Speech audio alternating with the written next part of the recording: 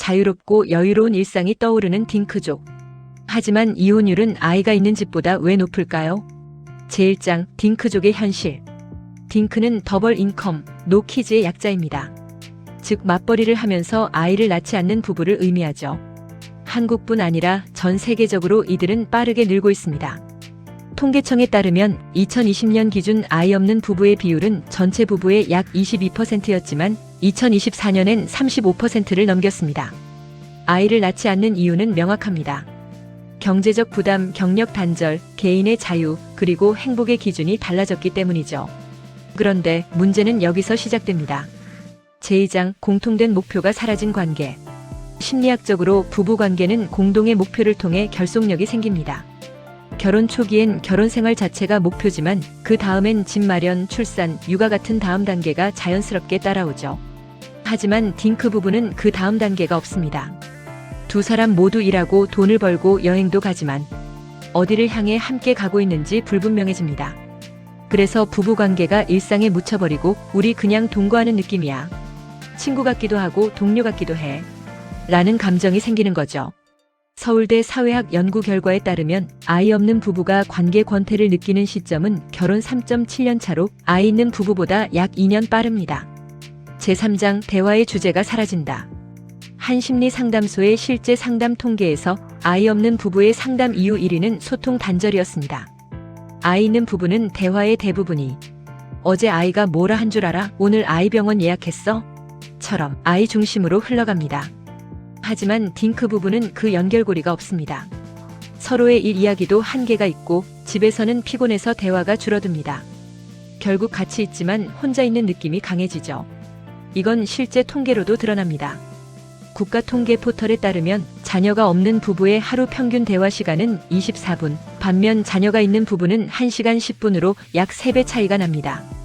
제4장 경제적 여유가 관계를 지탱해주지 못한다. 딩크 부부의 장점 중 하나는 경제적 여유입니다. 하지만 역설적으로 그게 관계를 더 쉽게 끊을 수 있는 요인이 되기도 합니다. 경제적으로 독립되어 있으니 이혼해도 혼자 살 수 있다는 자신감이 생기죠. 미국 브루킹스 연구소의 조사에서도 경제적으로 독립적인 여성의 이혼율은 20년간 1.8배 증가했습니다. 한국도 비슷한 흐름이에요. 2023년 기준으로 맞벌이 부부의 이혼율이 전업주부 가정보다 약 1.5배 높았습니다. 돈이 문제를 덜 만들어주긴 하지만 관계를 대신 유지해주진 못합니다. 제5장 외로움의 방향이 다르다. 아이를 키우는 부부는 피곤해도 누군가 자신을 필요로 하는 존재감을 느낍니다. 하지만 딩크 부부는 서로에게만 집중해야 하기에 한쪽이 감정적으로 멀어지면 곧바로 고립감이 찾아옵니다. 심리학자 존 가트맨은 이런 관계를 정서적 고립이라고 표현합니다.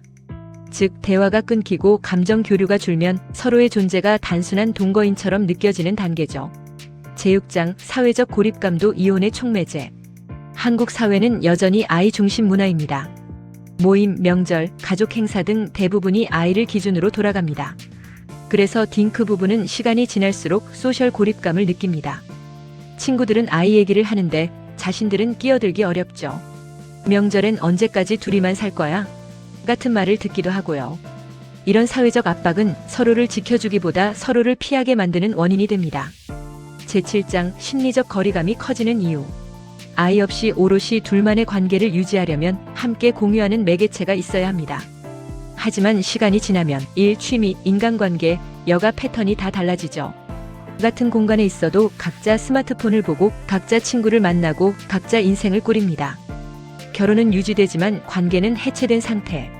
이게 딩크 부부들이 겪는 보이지 않는 단절입니다. 제8장 결혼의 본질적 이유를 다시 묻다.